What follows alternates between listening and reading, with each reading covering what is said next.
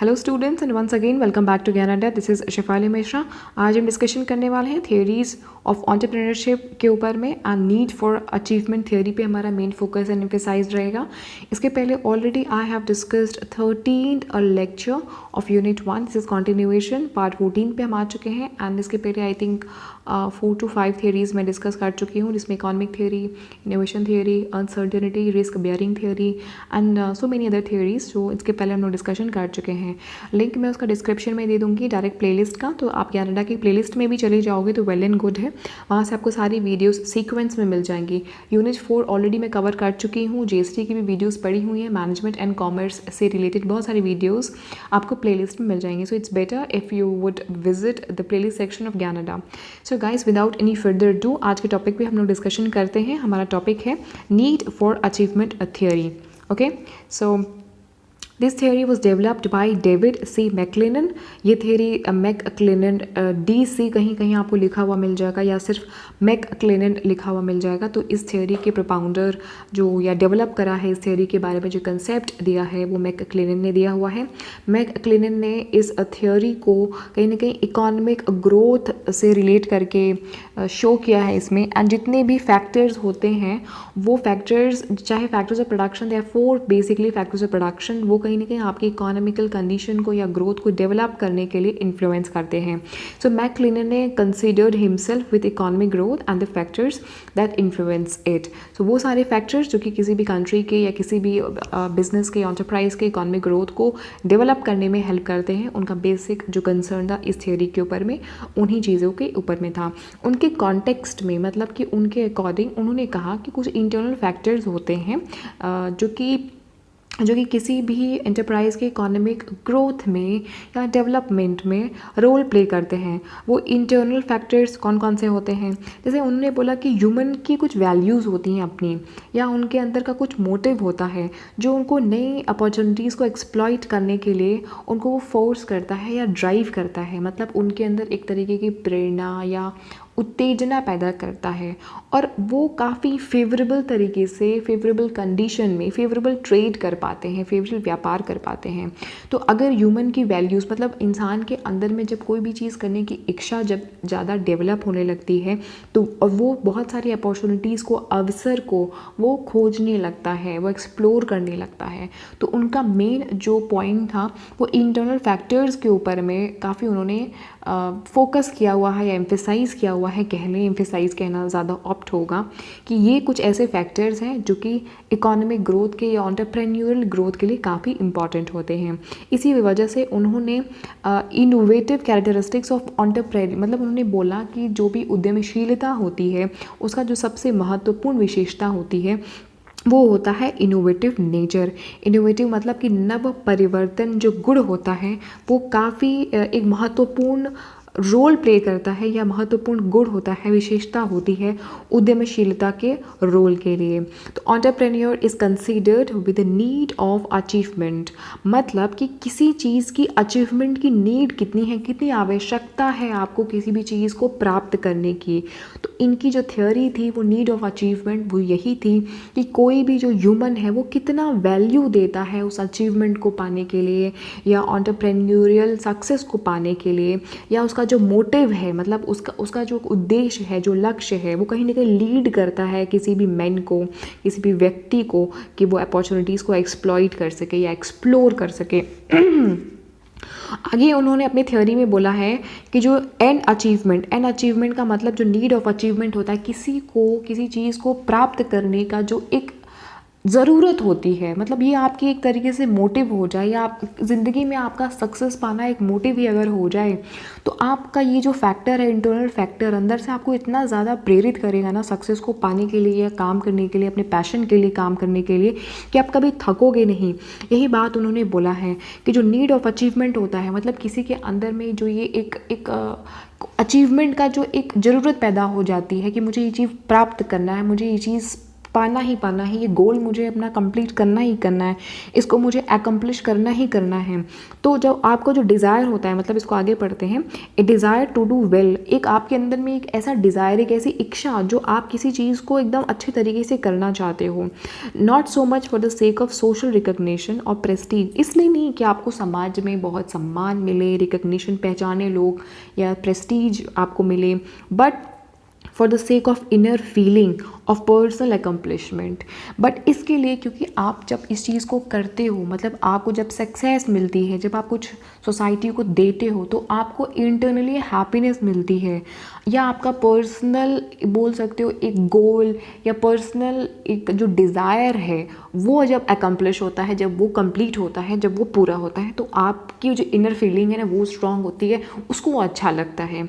तो आप कुछ भी, जब एक नीड ऑफ अचीवमेंट की बात उन्होंने इंटरनल फैक्टर से जोड़ के बताई है कि किसी व्यक्ति के अंदर अंदरूनी जो एक फैक्टर होते हैं वो उसको ड्राइव करती है, उसकी खुशी, उसकी डिज़ायर। मतलब हर इंसान तो पैसे कमाने के लिए बिज़नेस करता नहीं है या स्टार्टअप करता नहीं है, हर इंसान तो ये सोच करके कोई एक नए आइडिया, नई थॉट या नया कुछ इनोवेशन ये सोच के तो नहीं करता है कि मुझे सोशल रिकग्निशन मिलेगा या मुझे प्रेस्टीज मिलेगी। बहुत सारे लोग ये भी सोच के करते हैं कि भाई मैं कुछ करूँगा सोसाइटी के लिए, या तो ये मेरा डिज़ायर है, ये मेरी इच्छा है, ये मेरा ड्रीम है कि मैं कुछ करूँ, है ना, मेरी खुद की खुशी के लिए, एक इंटरनल सेटिस्फैक्शन के लिए लोग करते हैं। ये अलग बात है कि उसमें भी लोग कई बार बहुत आगे चले जाते हैं, तो उनको वहाँ पे फ़ायदे, बेनिफिट, रिवॉर्ड, प्रॉफिट भी मिलते हैं।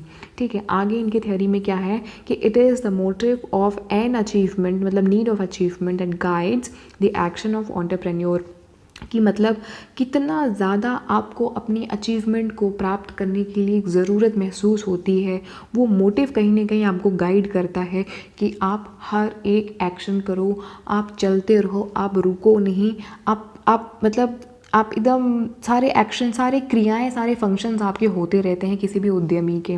तो वो डिपेंड करता है कि आपका मोटिव कितना ज़्यादा स्ट्रॉन्ग है, आपकी नीड कितनी ज़्यादा स्ट्रॉन्ग है, आपका डिज़ायर कितना ज़्यादा स्ट्रॉन्ग है उस अचीवमेंट को पाने के लिए, उस इंटरनल फीलिंग को अकम्प्लिश करने के लिए। सो ऐसे लोग, ऐसे पीपल जिनका हाई नीड ऑफ अचीवमेंट होता है, उनको एंटरप्रेन्योरल वे में ज़्यादा मुश्किलातें नहीं होती हैं, वो बहुत जल्दी आसानी तरीके से या स्ट्रगल करने में भी उनको बहुत अच्छा फील होता है और वो इस वे में काफ़ी सक्सेस जल्दी हो जाते हैं। सो इट्स बेटर, तो उन्होंने बोला कि it's better to develop an achievement among individuals to ensure high scale of economic development. उन्होंने बोला तो इसलिए ये एक अच्छी बात है, ये एक बहुत अच्छी चीज़ है कि किसी भी व्यक्ति के अंदर में, किसी भी इंडिविजुअल के अंदर में एन मतलब नीड ऑफ अचीवमेंट डेवलप होना, इट्स बेटर, अच्छा बात है कि ये डेवलप हो। क्यों? क्योंकि जब इस तरीके के लोगों के अंदर में एक नीड ऑफ अचीवमेंट, किसी चीज़ को प्राप्त करने की इच्छा जब जागृत होती है, तो जो इकोनॉमी होती है, मतलब आर्थिक स्थिति जो होती है, वो काफ़ी डेवलप होती है और वहाँ पे हाई स्केल मतलब इंश्योर हो जाता है, मतलब ये सुनिश्चित हो जाता है कि वहाँ पे जो भी डेवलपमेंट होगा वो एक बड़ी मात्रा में होगा, हाई स्केल पर होगा। In practice an achievement motive is inculcated through child rearing practices. मतलब इसका मतलब ये हुआ कि जो नीड ऑफ अचीवमेंट का मोटिव होता है वो कहीं ना कहीं जब बच्चा छोटा होता है तभी से उसके दिमाग में उसको मतलब उसके दिमाग में आना शुरू हो जाता है, वो इनकलकेट होना शुरू हो जाता है, वो ग्रोन मतलब वो बात उसकी समझ में आने लगती है कि उसे कुछ करना है, कुछ करना है। तो चाइल्ड रियरिंग प्रैक्टिस, जब वो छोटा होता है ना तो उसी वक्त से ही उसको कुछ एक अंदर डिज़ायर पैदा हो जाता है कि मुझे कुछ करना है आगे बड़ा हो करके, तो वो बहुत छोटे से ही एक सपना वो देखने लगता है, करने लगता है। which stress standards of excellence and material warmth, self-reliance, training of low father dominance। वो कहीं ना कहीं जो अपने फादर को देखता है, कई बार हम ऐसे फैमिली में जन्म लेते हैं जहाँ पे हमें बहुत सारी चीज़ें हम अपने पेरेंट्स से देख करके सीखते हैं, अपने फादर से, या हमें खुद पे विश्वास होता है क्योंकि हम सारी चीज़ों को अपने सामने बहुत पहले से ही, शुरू से ही, बचपन से ही देख रहे हैं। तो इसीलिए एक चाइल्ड रियरिंग प्रैक्टिस होती है, बचपन से आप किसी चीज़ को देखते रहें तो आपको कहीं ना कहीं उस चीज़ से संबंधित कुछ ज़्यादा सीखने की ज़रूरत नहीं पड़ती है, या जो स्ट्रेस होता है या आपको कॉन्फिडेंस लेवल होता है वो बहुत ज़्यादा हाई होता है, आपकी ट्रेनिंग कहीं ना कहीं बहुत पहले से ही शुरू हो जाती है, या अगर आपके पेरेंट हैं तो वो आपको ट्रेनिंग प्रोवाइड करना शुरू कर देते हैं, या आप उनको देख करके मोटिवेट होना शुरू हो जाते हो। तो यही सारी चीज़ें हैं कि कहीं ना कहीं जो प्रैक्टिस है नीड ऑफ अचीवमेंट की, जो मोटिव है, ये बचपन से ही आपके व्यवहार में झलकना शुरू हो जाता है, दिखना शुरू हो जाता है, आपको विश्वास होना शुरू हो जाता है। मैक्लिनन ने 2 गुण जो है एंटरप्रेन्योरशिप के आइडेंटिफाई किए हैं अपनी थियोरी के दौरान। पहला कि first doing things in a new and better way, कि मतलब जो भी चीज़ें आप कर रहे हो आप उसको नए तरीके से करें और बेटर वे में करें, मतलब कि अच्छे तरीके से करें, एक सुधरे हुए तरीके से करें। एंड सेकेंडली कि जो भी आप डिसीजन मेकिंग अंडर अनसर्टेनिटी, मतलब जब अनिश्चितता हो, जब आपको कोई चीज़ क्लियर नहीं हो, तो उस टाइम में भी आपकी जो डिसीजन मेकिंग स्किल है, कैपेबिलिटी है या एबिलिटी है वो अच्छी होनी चाहिए। तो ये 2 एंटरप्रेन्योरशिप के इम्पॉर्टेंट कैरेक्टरिस्टिक्स मैक्लिनन ने यहाँ पे बताए हैं। These 2 characteristics are very important students, आप इन्हें ज़रूर कॉपी में पेन डाउन ज़रूर कर लीजिए, बिकॉज ये 2 बहुत ही इंपॉर्टेंट है। आपके एग्जाम में पूछ सकता है कि what are the 2 characteristics which has been identified by McLennan, so you have to mention these 2 characteristics. Okay, so next moving towards next आगे की पॉइंट्स पे। सो आगे क्या है कि this motive is called as the tendency to strive for success in situations involving an evaluation of one's performance in relation to some standards of excellence। मतलब कि जो मोटिव होता है ये कहीं ना कहीं आपको जो सक्सेस पाने के लिए जो स्ट्राइव होती है, जो भूख होती है, वो कहीं ना कहीं ये एक वो भूख को कहीं ना कहीं ज़्यादा वो स्ट्राइव मतलब वो फोर्स करता है कि भाई आपको सक्सेस पाना है, सक्सेस मिलना है। और आपकी जो परफॉर्मेंस होती है वो आप उसको मैच करते हो, किन से मैच करते हो? जो ऑलरेडी उस फील्ड में जिनका एक्सीलेंस है, मतलब जिनका जो ऑलरेडी उस फील्ड में इस्टेब्लिश्ड हैं, तो आप उनकी सक्सेस को एक स्टैंडर्ड बना लेते हो, या तो फिर और ये सोचते हो कि आपको उन तक पहुंचना है या उनसे आगे जाना है ना। तो आप कितना मतलब आपके अंदर जितना स्ट्राइव होगा इस चीज़ को प्राप्त करने का, मतलब जितने अंदर आपके अंदर एक बोल सकते हो शक्ति होगी, क्षमता होगी, जितनी ज़्यादा भूख होगी, जितना लगन होगा, सक्सेस आपको उतनी ही ज़्यादा अच्छी से मिलेगी या उतनी ही ग्रैंड आपकी सक्सेस होगी। ऐसा कहना बिल्कुल सही होगा। और आप अपनी परफॉर्मेंस को इवैल्यूएट करते हो, किसके आधार पे इवैल्यूएट करते हो? बिकॉज आप इवैल्यूएट करते हो कुछ स्टैंडर्ड के बेसिस पे, आप उनको इवैल्यूएशन करते हो कुछ किन्हीं और एक्सेलेंस, मतलब कि जो ऑलरेडी इस्टेब्लिश्ड है। फॉर एन एग्जांपल, अगर आपको टेलीकम्युनिकेशन में कोई नया एक रेवोल्यूशन लेके आना है, नया इनोवेशन करना है, you want to do something big, something new, so आप क्या सोचोगे कि अभी जो सबसे बड़ी कंपनी है, चाहे इंडिया में या चाहे वर्ल्ड में, आप उनका एक बेंचमार्क लेके चलोगे, आप उनके एक्सेलेंस को एक बेंचमार्क, एक स्टैंडर्ड लेके चलोगे, and you will try to compete that person, या that company, that enterprise, या that industry, whatever may be. अगर आपके अंदर स्ट्राइफ, भूख, आपके अंदर में एक वो पागलपन, जुनून, एक पैशन ज़्यादा अच्छा रहा या कांस्टेंट रहा, तो आप उससे भी बड़ी एक नई कंपनी, एक कुछ अच्छा, कुछ इनोवेटिव चीज़ मार्केट में ला सकते हो, लोगों को दे सकते हो। So people having high need for achievement are more likely to succeed as an entrepreneur. तो ऐसे लोग जिनके अंदर में हाई मतलब ज़्यादा मतलब अचीवमेंट के लिए, किसी भी चीज़ को प्राप्त करने के लिए, अचीव करने के लिए ज़्यादा नीड होती है, ज़्यादा ज़रूरत होती है, वो स्ट्राइव होता है, वो ड्राइविंग फोर्स होता है, एक अंदर से एक जुनून सा होता है, वो ज़्यादातर एंटरप्राइज या ऐसे उद्यमी ज़्यादातर सक्सेस पा ही जाते हैं। मैक्लिनन आगे क्या बोलते हैं कि ऐसे इंडिविजुअल्स जिनके अंदर में हाई नीड होती है किसी भी अचीवमेंट को, will not be motivated by monetary incentives. उनको आप मॉनेटरी इंसेंटिव से मोटिवेट नहीं कर सकते हो, बट मॉनेटरी जो रिवॉर्ड होते हैं वो उनके अचीवमेंट का एक सिंबल हो सकता है, मतलब कि उनके लिए जो ये जो इंसेंटिव्स होते हैं, पैसे और ये सारी चीज़ें ठीक है उनके पास होते हैं, बट ये इनका मोटिवेशन नहीं होता है। उनका मोटिवेशन कुछ और ही होता है। उनका मोटिवेशन ये नहीं होता है कि मैं बिलियंस अर्न कर लूँ या ट्रिलियंस मैं अपने बैंक में डिपॉजिट कर दूँ या मुझे सोशल रिकॉग्निशन मिल जाए या मुझे नेम फेम मिल जाए। नहीं, उनका एक अलग ही सोच होता है कि मतलब एक अंदर से उनकी खुशी होती है, इंटरनल हैप्पीनेस, इंटरनल सेटिस्फेक्शन, उनका पर्सनल कुछ डिज़ायर होता है। They are sophisticated kind of person, बहुत ही अलग टाइप के लोग होते हैं।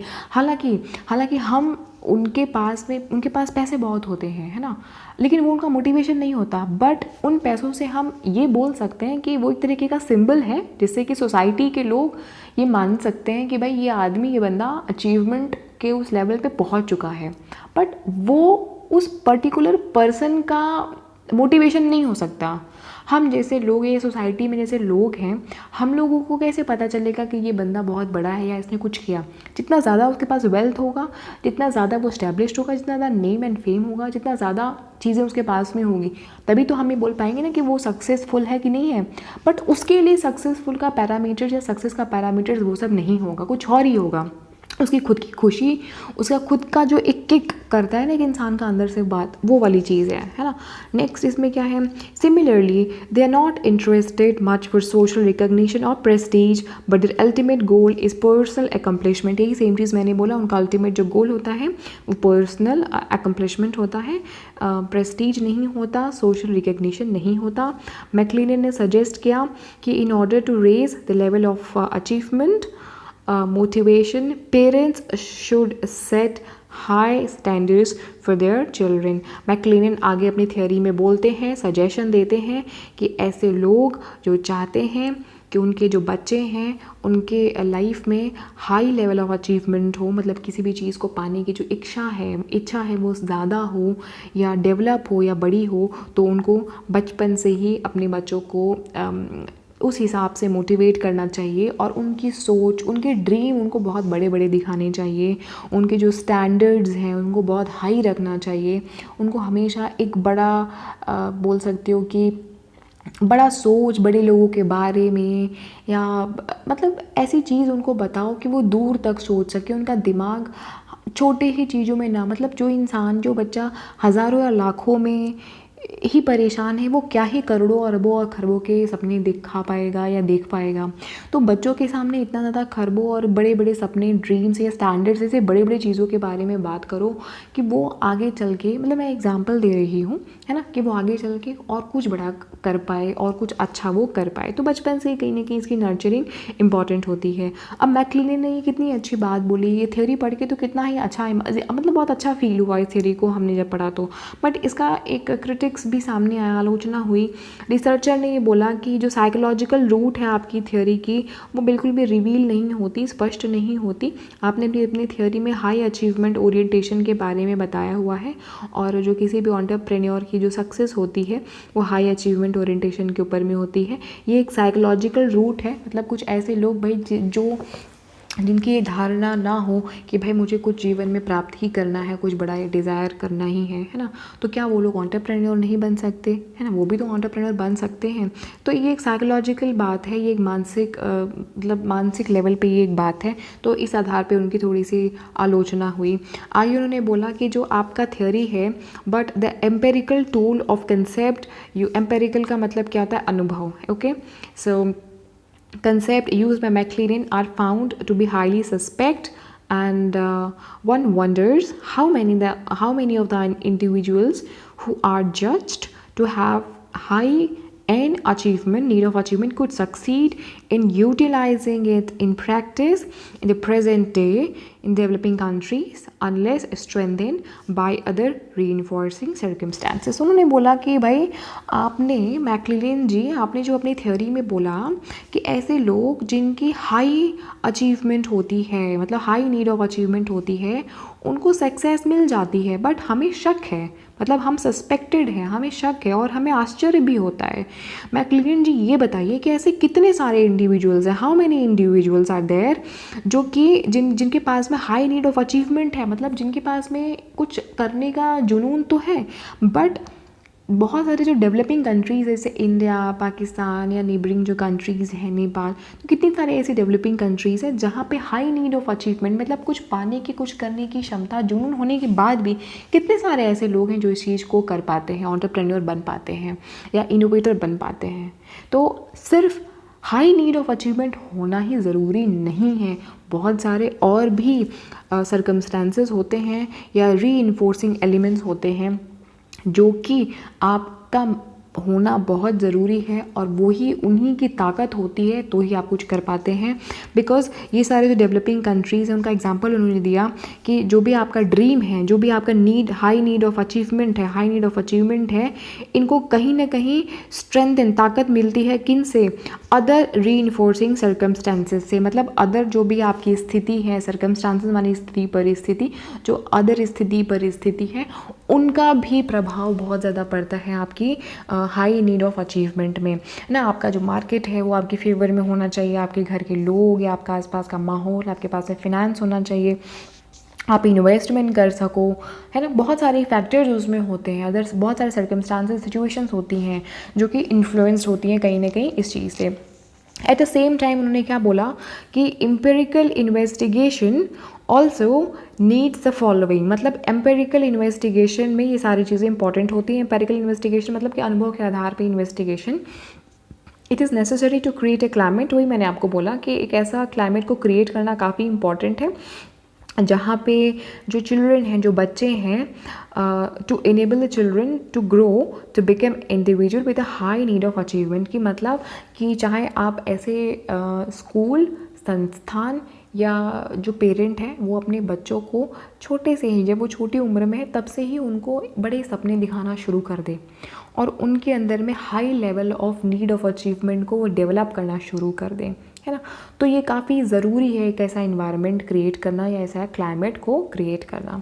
आगे बोलते हैं कि it is possible to improve the performance of existing entrepreneurs. कि ये पॉसिबल है, मतलब इस चीज़ की संभावना है कि जो आज के दौर के जो एंटरप्रेन्योर्स हैं, उद्यमी हैं, उनकी परफॉर्मेंस को हम इम्प्रूव कर सकते हैं। कैसे? By imparting proper training and education. उनको प्रॉपर ट्रेनिंग प्रदान करके, इम्पार्ट मतलब होता है प्रदान करना, उनको हम प्रॉपर ट्रेनिंग और प्रॉपर एजुकेशन को इम्पार्ट करके उनकी परफॉर्मेंस को हम इम्प्रूव कर सकते हैं। किन की परफॉर्मेंस को? एंटरप्रेन्योर्स की परफॉर्मेंस को। सो गाइज, आई होप कि you have enjoy today's session. आपको सेशन कैसा लगा मुझे कमेंट बॉक्स में ज़रूर बताइएगा। आपको ये थ्योरी समझ में आई या नहीं आई वो भी मुझे ज़रूर बताइएगा। लेक्चर कैसा लगा? अच्छा लगा तो लाइक करिएगा। चैनल को सब्सक्राइब नहीं किया है तो सब्सक्राइब कर लीजिएगा। हम मिलते हैं नेक्स्ट थ्योरी में। Thank you and bye bye.